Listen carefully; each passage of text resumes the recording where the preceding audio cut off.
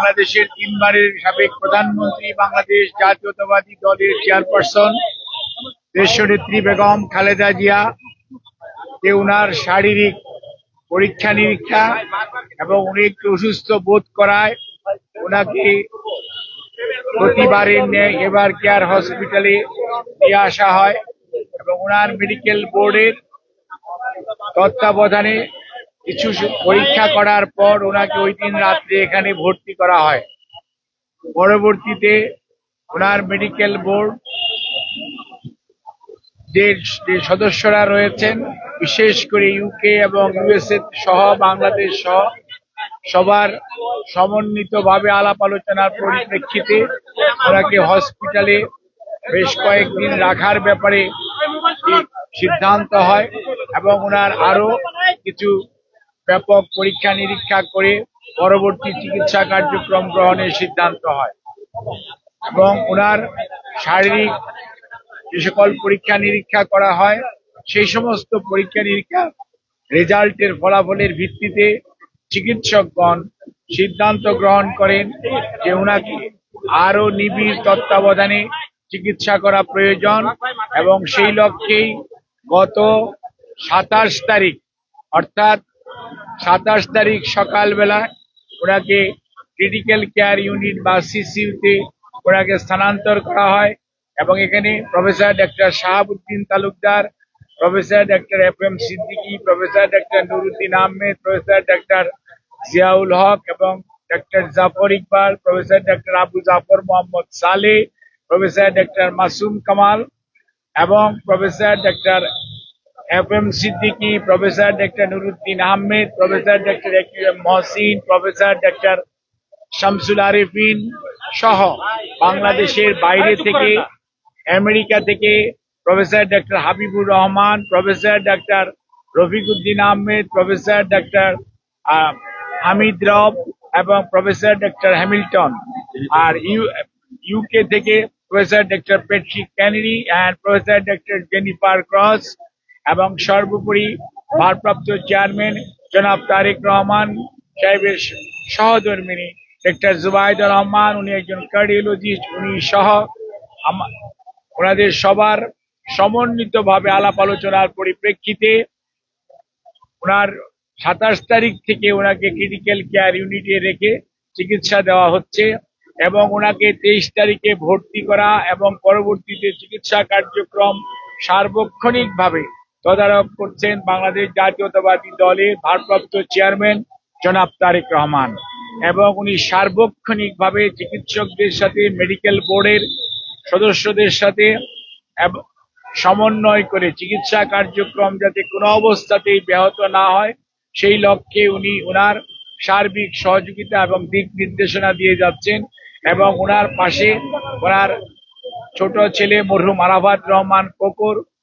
সহধর্মিনী সৈয়দা শামিলা রহমান, ওনার ছোট ভাই শামীম ইস্কান্দার সাহেব সহ ওনার অন্যান্য সকল আত্মীয় স্বজন, বাংলাদেশ জাতীয়তাবাদী দলের মহাসচিব জনাব মির্জা ফখরুল ইসলাম আলমগীর এবং সিনিয়র স্থায়ী কমিটির সকল নেতৃবৃন্দ সহ দলের সকল স্তরের নেতা কর্মীদের সবার সার্বিক সহযোগিতায় এবং এভার কেয়ার হসপিটালের চিকিৎসক, কর্মকর্তা এবং নার্স তাদের সবার সহযোগিতায় ওনার চিকিৎসা এখানে চলছে। ওনার চিকিৎসার ব্যাপারে আমরা ইউকে এবং kingdom of Saudi Arabia as well as the Singapore এবং দি পিপলস রিপাবলিক অফ চায়না এবং আপনার আমেরিকার জন হপকিন্স এবং মাউন্ট সিনাই সহ বিভিন্ন হাসপাতালের চিকিৎসকদের যৌথ আলাপ আলোচনার ভিত্তিতে ওনার চিকিৎসা এখানে অব্যাহত আছে এবং ওনার চিকিৎসা অব্যাহত থাকবে। আমরা আপনাদের মাধ্যমে দেশবাসীর কাছে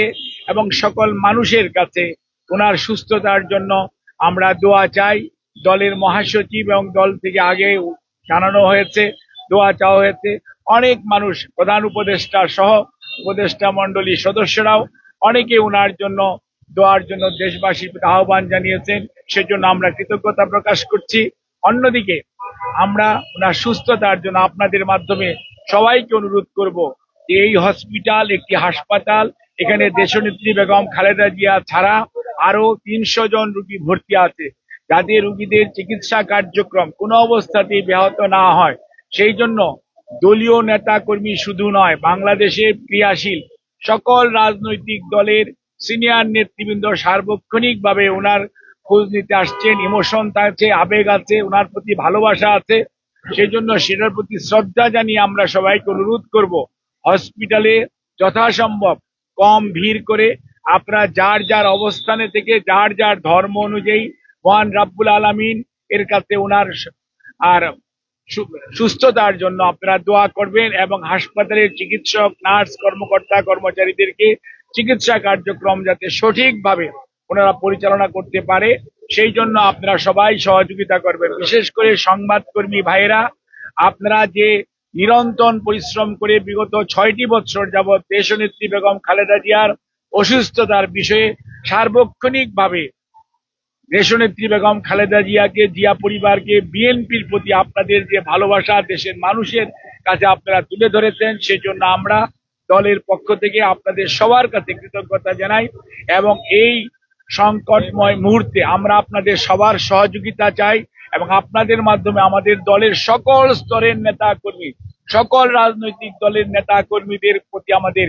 একটাই অনুরোধ, সবাই চলুন আমরা দায়িত্বশীল আচরণ করি এবং রোগীর চিকিৎসার জন্য সর্বোৎকৃষ্ট যে সহযোগিতা প্রয়োজন সর্বোচ্চ সংযম এবং ধৈর্যের পরিচয় দেই। ইনশাআল্লাহ এত মানুষের দোয়া আল্লাহ রাব্বুল আলামিন নিশ্চয়ই দেশনেত্রী বেগম খালেদা জিয়াকে সুস্থ করবেন এবং আপনাদের মাধ্যমে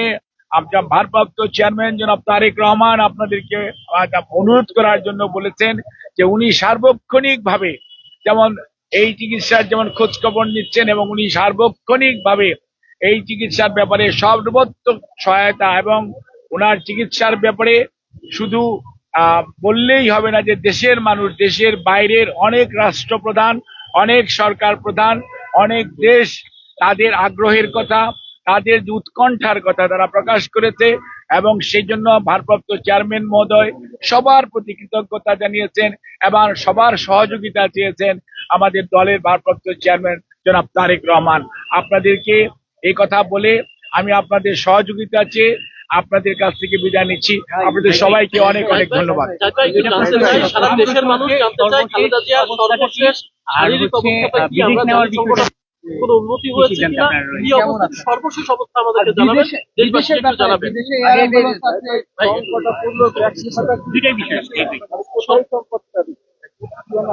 আপনাকে আমি একটা জিনিস আপনাদের সবার মাধ্যমে দেশবাসীকে সবাইকে আশ্বস্ত করতে চাই, চিকিৎসা করার দায়িত্ব হসপিটালের চিকিৎসা কর্মী, স্বাস্থ্যকর্মী যারা আছে, ভালো করার মালিক আল্লাহ রাব্বুল আলামিন। এবং মনে রাখতে হবে চিকিৎসার ব্যাপারে উনার জন্য সারা পৃথিবীর নয়, সারা পৃথিবীতে সবচেয়ে ভালো যে চিকিৎসা ব্যবস্থা করা প্রয়োজন সেটি উনার জন্য এখানে করার আয়োজন করা হয়েছে এবং আমরা যত তাড়াতাড়ি সম্ভব, যখনই শারীরিকভাবে চিকিৎসকরা, বিশেষ করে মেডিকেল বোর্ড, এই দেশি বিদেশি চিকিৎসকদের সমন্বয়ে গঠিত এই মেডিকেল বোর্ড এই ওনাকে দেশের বাইরে নিয়ে যাওয়া ব্যাপারে কোনো ধরনের পরামর্শ দিবেন আপনাদের মাধ্যমে, আমরা তখন সবাইকে আমরা জানাবো। আর এই মুহূর্তে ওনাকে যদি এইটুকুই বলতে পারি, ওনার অবস্থা